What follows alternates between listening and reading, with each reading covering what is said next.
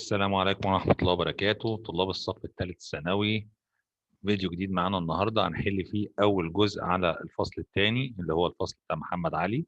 خلصنا احنا الجزء الأولاني خالص بتاع الفيديوهات بتاعة الفصل الأول كلها، وهتلاقوا اللينك تحت الفيديو دوت في الفيديو اللي كان عملنا فيه 100 سؤال على الفصل الأول.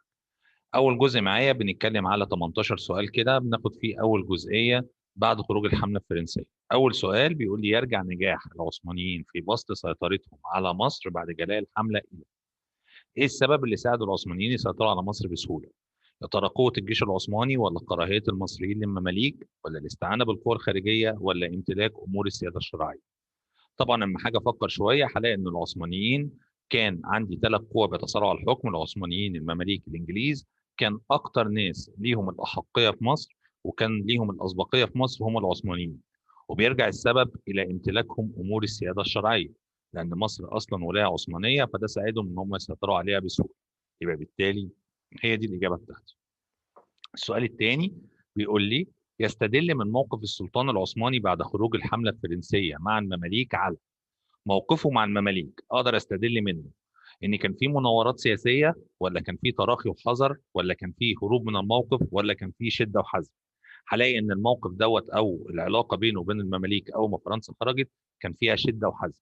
وطبعا زي ما شفنا ان العثمانيين قام على طول السلطان بتعيين واحد في مصر في منصب الولايه كان اسمه خسرو باشا، وامره ان هو يقتل في المماليك، فبالتالي ده بيثبت القوه والحزم والشده في التعامل معاهم.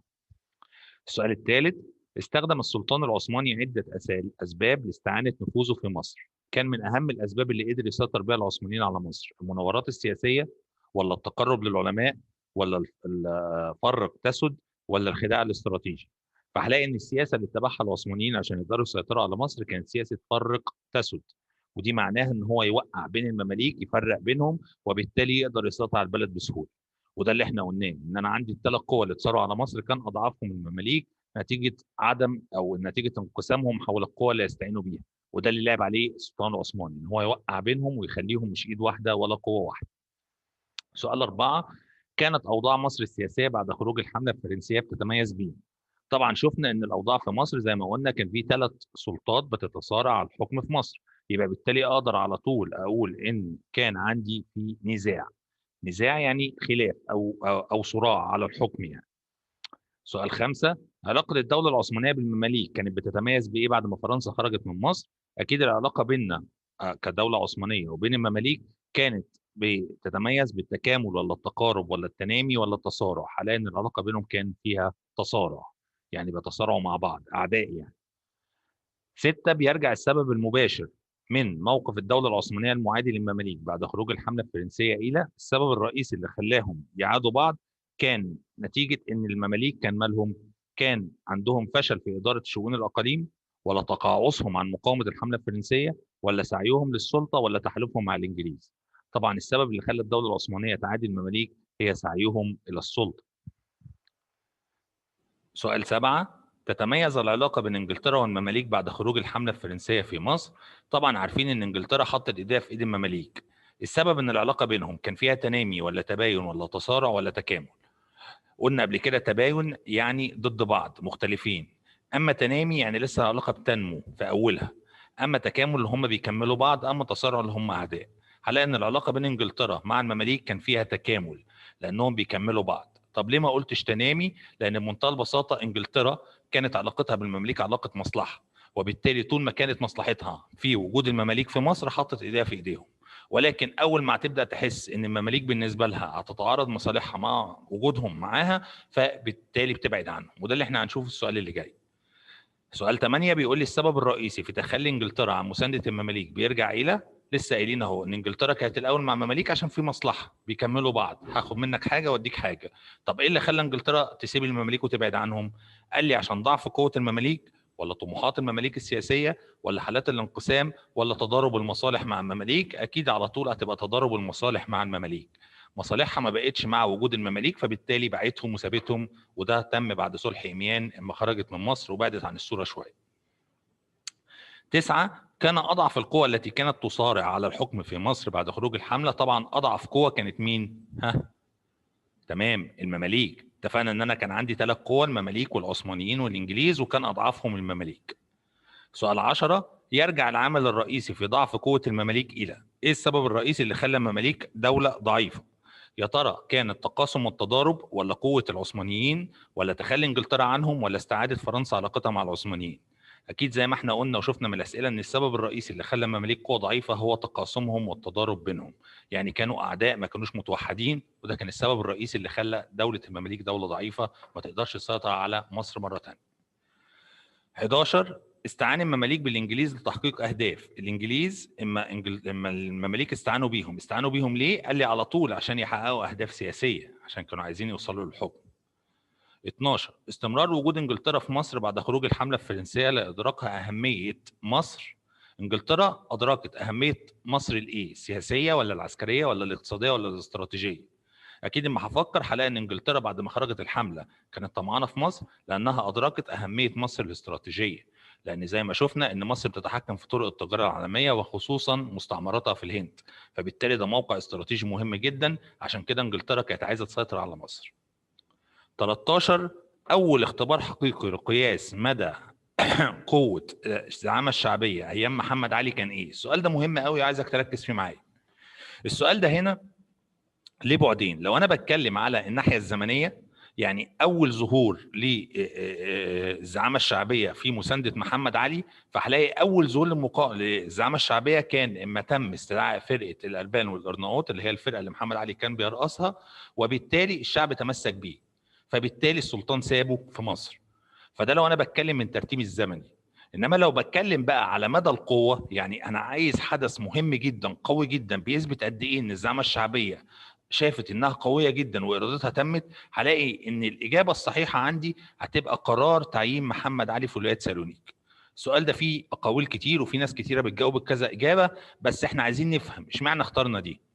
بمنتهى البساطه هلاقي ان قرار تعيين محمد علي في ولايه سالونيك كان محورين. المحور الاساسي بتوصيه من انجلترا، يعني بالتالي انجلترا اللي كانت عايزه كده. اما المحور الثاني ان هو طلع بفرمان رسمي من الدوله العثمانيه، واحنا درسنا ان فرمان ده يعني قرار واجب التنفيذ من السلطان ما ينفعش يتكسر. معنى كده ان الزعامه الشعبيه قدرت تنتصر على عاملين، قدرت تنتصر على انجلترا وتنتصر كمان على السلطان العثماني، وده بيوريني مدى قوتها. على النقيض مثلا في محاوله نقل محمد علي هو وفرقته، دي كانت رغبه من خورشيد طلبها من السلطان العثماني والشعب تمسك بيه محمد علي، فبالتالي السلطان سابه، ما كانش طلع فرمان ولا حاجه. مثلا رقم ج اللي هو قرار نقل محمد علي لولايه جده، ده كان فرمان من السلطان العثماني، بس ما كانش فرمان قوي لان كان بايعاز او بوسوسه زي ما احنا بنقول بالبلدي كده من خورشيد برضه، ولكن القرار ده السلطان رجع عنه نتيجه تمسك الشعب. طب ليه بينما ده فرمان فرمان ولايه سالونيك ده فرمان؟ اشمعنى اخترنا سالونيك؟ لان انا قلت لك ان ولايه سالونيك ده كان فرمان اقوى لوجود انجلترا وراه، اما بتاع جده ده كان اللي وراه خورشيد. فبالتالي انا بختار دي ليه؟ بختار دي لان بالنسبه لي فكره توليه محمد علي ولايه سالونيك دي فكره انجليزيه، وبالتالي الزعامه الشعبيه بقياده عمر مكرم قدرت انها تخلي السلطان العثماني يرجع في القرار ده، فهي كده تبقى وقفت قدام رغبه انجلترا وكمان ضد رغبه السلطان العثماني ونفذت رغبتها المطلقه. اما لو انا زي ما اتفقنا برتبها ترتيب زمني، يعني بقول لك ايه اللي كان الاول، هلاقي اللي كان الاول طبعا اول تاثير كان استدعاء فرقه الالبان والمواد. يعني لو انا غيرت في نمط السؤال نفسه، بدل ما اقول لك اول اختبار حقيقي لقياس محمد علي مدى قوه الزعامه الشعبيه، لا انا هغير بقى، هقول لك اول تاثير للزعامه الشعبيه في محمد علي. اول تاثير للزعامه الشعبيه ومحمد علي حس ان الزعامه الشعبيه ليها تاثير كان اما تم استدعائه هو وفرقته والشعب تمسك بيه فالسلطان سابه، ده كان تاثير. انما لما باجي اتكلم هنا على مدى القوه، عايز حدث قوي جدا، فهلاقي الحدث القوي جدا كان قرار تعيينه في ولايه سالونيك. طيب سؤال 14، علاقة خورشيد بمحمد علي بعد توليه الحكم. لما خورشيد مسك الحكم علاقته بمحمد علي كان فيها إيثار ولا تعاون ولا ارتياب ولا تقارب؟ يعني إيه إيثار؟ عندنا في القرآن الكريم آية قرآنية كده بيقول لك ويأسرون على أنفسهم. يعني إيه ويأسرون على أنفسهم؟ يعني بيفضلوا ناس على ناس، يعني النهاردة أنا بفضلك على نفسي. فهل علاقة خورشيد إن هو كان بيفضل محمد علي عليه، ولا كان بيتعاون معاه، ولا كان بيتقرب منه يعني قريب منه، ولا كان فيه ارتياب كان متخوف منه؟ اكيد بمنتهى البساطه هلاقي ان الاجابه ارتياب، لان كان خورشيد متخوف جدا من محمد علي، وشفنا ان هو عمل اكتر من محاوله عشان يخلص منه. سؤال 15 اكثر المستفيدين من صلح عميان، ده من الاسئله المهمه قوي اللي ناس كتير بتتلخبط فيها. اكتر ناس استفادت من صلح عميان يا ترى كانت المماليك ولا الانجليز ولا الفرنسيين ولا الاتراك؟ اما حاجه افكر كده شويه هلاقي ان الصلح ده اتعمل بين انجلترا وفرنسا، وبموجب الصلح ده انجلترا رحلت عن مصر، يبقى بالتالي انجلترا ما بقتش مستفيده، يبقى انا بطلعها بره اختياراتي، فبقى الاختيارات عندي بين المماليك والفرنسيين والاتراك. حاجه بص هلاقي ان فرنسا برضو ما استفادتش، يبقى برضو هطلعها، فبقى الاختيار عندي بين المماليك والاتراك. مين اكتر ناس استفادوا من صلح عميان؟ اغلب اللي مش هيبقى مركز في الاجابه هيقول لي الانجليز، بس الاجابه دي غلط. اكتر ناس استفادوا من صلح عميان كانوا مماليك. اشمعنى؟ قال لي على طول في الكتاب اول ما اتعمل الصلح ورحلت القوات الانجليزيه مين مين اللي خد الفرصه دي وانتهزها؟ قال لي على طول المماليك بدات تهاجم المراكز بتاعت الدوله العثمانيه في صعيد مصر، واحتلوا منطقه المنيا. يبقى بالتالي اول خطوه كانت من مين؟ من المماليك. يبقى اللي استفاد من الصلح كان المماليك مش من الاتراك.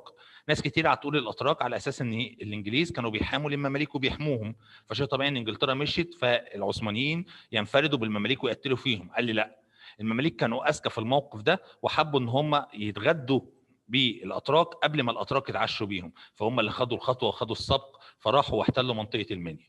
يبقى اللي استفاد من صلح عميان كان المماليك. 16 الشروط اللي وضعتها الزعامه الشعبيه في تولي محمد علي في دار المحكمه دي بتظهر قوه الزعامه الشعبيه من الناحيه الايه؟ طبعا ده سؤال سهل، معنى ان هم يشترطوا عليه مجموعه الشروط اللي احنا قلنا: يحكم بينهم بالعدل، يحكم بينهم بنظام الشورى، ما ياخدش اي قرار غير ما يرجع لهم. ده بيوريني مدى التطور الفكري السياسي اللي وصل ليه المصريين، وده طبعا نتيجه الدواوين اللي عملها نابليون.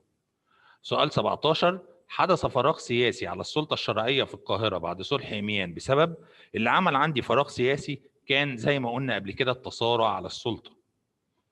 سؤال 18 نستدل من شروط القيادة الشعبية في اجتماع مايو 1805 اللي هو الاجتماع اللي عملوه مع محمد علي، بنستدل على ان الشروط دي كانت قواعد على الحكم الدستوري ولا قواعد الحكم الفردي ولا قواعد الحكم المطلق ولا قواعد الحكم الوراثي. هلاقي بمنتهى البساطة ان دي كانت بداية قواعد الحكم الدستوري، لان الدستور معناه رولز قوانين، فهم حطوا لمحمد علي قانونين ان هو يلتزم بيهم، طول ما انت ملتزم بيهم انت هتفضل معانا، وبالتالي محمد علي كان لازم يلتزم بالشرطين دول، وده اللي هو عمل لغايه ما تخلص من الزعامه الشعبيه زي ما شفنا. ده كان اول جزء معايا، ان شاء الله باذن الله ما هننزل جزء تاني هنزله لكم على طول. بالتوفيق دايما، شكرا.